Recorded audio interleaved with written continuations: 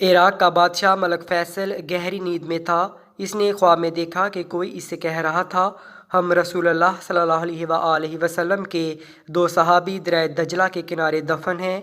दरिया का रुख तब्दील हो रहा है और पानी हमारी तरफ बढ़ रहा है। हज़ैफ़ा बिन यमान रज़ी अल्लाह ताला अन्हो की कब्र मुबारक में पानी आ चुका है, जबकि जाबिर बिन अब्दुल्लाह रज़ी अल्लाह ताला अन्हो की कब्र भी नम होने लगी है। हमें यहाँ से निकाल कर दरिया के किनारे से कुछ फासले पर दफन किया जाए। इराक के बादशाह ने ये अल्फाज ख्वाब में सुने, लेकिन इनकी तरफ कोई तवज्जो ना दी।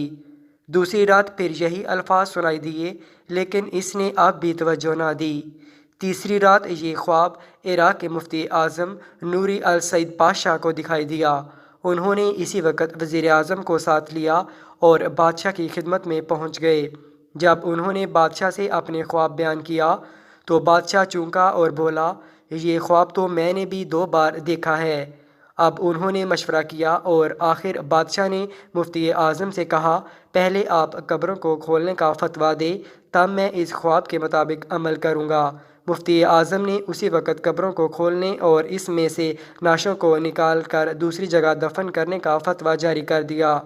अब ये फतवा और शाही फरमान अखबारात में शाया कर दिए गए और ऐलान किया गया कि ईद कुर्बान के दिन दोनों असहाब रसूलुल्लाह सल्लल्लाहु अलैहि वसल्लम की कब्रें खोली जाएंगी।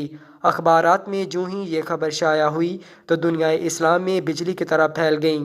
अखबारात की दुनिया इस खबर को ले उड़ी और मज़े की बात ये कि ये हज के दिन थे। तमाम दुनिया से मुसलमान हज के लिए मक्का और मदीना पहुँचे हुए थे। उन्होंने दरख्वास्त की कि कब्रें हज के चंद रोज़ बाद खोली जाएं, ताकि वो सब भी इस प्रोग्राम में शिरकत कर सकें।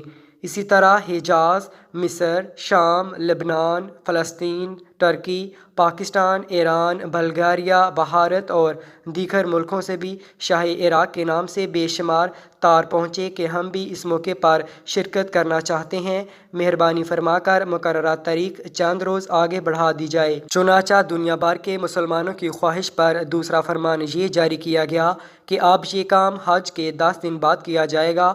आखिरकार वो दिन भी आ गया जब कब्रों को खोलना था। दुनिया भर से मुसलमान वहाँ जमा हो चुके थे। पीर के दिन दोबारा 12 बजे लाखों इंसानों की मौजूदगी में कब्रों को खोला गया। हज़रत हज़ाफ़ा बिन यमान रज़ी अल्लाह ताला अन्हो की कब्र में कुछ पानी आ चुका था, जबकि हज़रत जाबिर बिन अब्दुल्लाह रज़ी अल्लाह ताला अन्हो की कब्र में नमी पैदा हो चुकी थी। अगरचा दरिया दजला वहाँ से 2 फरलांग दूर था। तमाम ममालिक के सफ़ीरों, अराकी हुकूमत के तमाम अरकान और शाह फैसल की मौजूदगी में पहले हज़रत हज़ैफ़ा बिन यमान रज़ी अल्लाह ताला अन्हो की लाश मुबारक को करेन के ज़रिए ज़मीन से इस तरह ऊपर उठाया गया कि इनकी लाश मुबारक करेन पर रखे गए स्ट्रेचर पर खुद ब खुद आ गई। अब करेन से स्ट्रेचर को अलग करके शाह फैसल, मुफ्ती आज़म, वज़ीर जमहूरिया टर्की और शहज़ादा फ़ारूक वली अहद मिस्र ने स्ट्रेचर को अपने कंधों पर उठाया और नहायत एहतराम के साथ एक शीशे के ताबूत में रख दिया। फिर इसी तरह हज़रत जाबिर बिन अब्दुल्लाह रज़ी अल्लाह ताला अन्हो की लाश मुबारक को निकाला गया। दोनों लाशों के कफन बिल्कुल महफूज थे, यहाँ तक कि दाढ़ी मुबारक के बाल भी सही सलामत थे। लाशों को देखकर कतन ये एहसास नहीं होता था कि वो 1300 साल पहले की हैं, बल्कि यूं गुमान गुजरता था इन्हें वफ़ात पाए अभी मुश्किल से 2-3 घंटे हुए हैं। सबसे अजीब बात यह है कि दोनों की आंखें खुली हुई थीं। इनमें से इस कदर तेज चमक थी कि देखने वाले इन आंखों में आंखें डालकर ये मंजर देख ना सके। बड़े बड़े डॉक्टर ये मंजर देखकर दंग रह गए।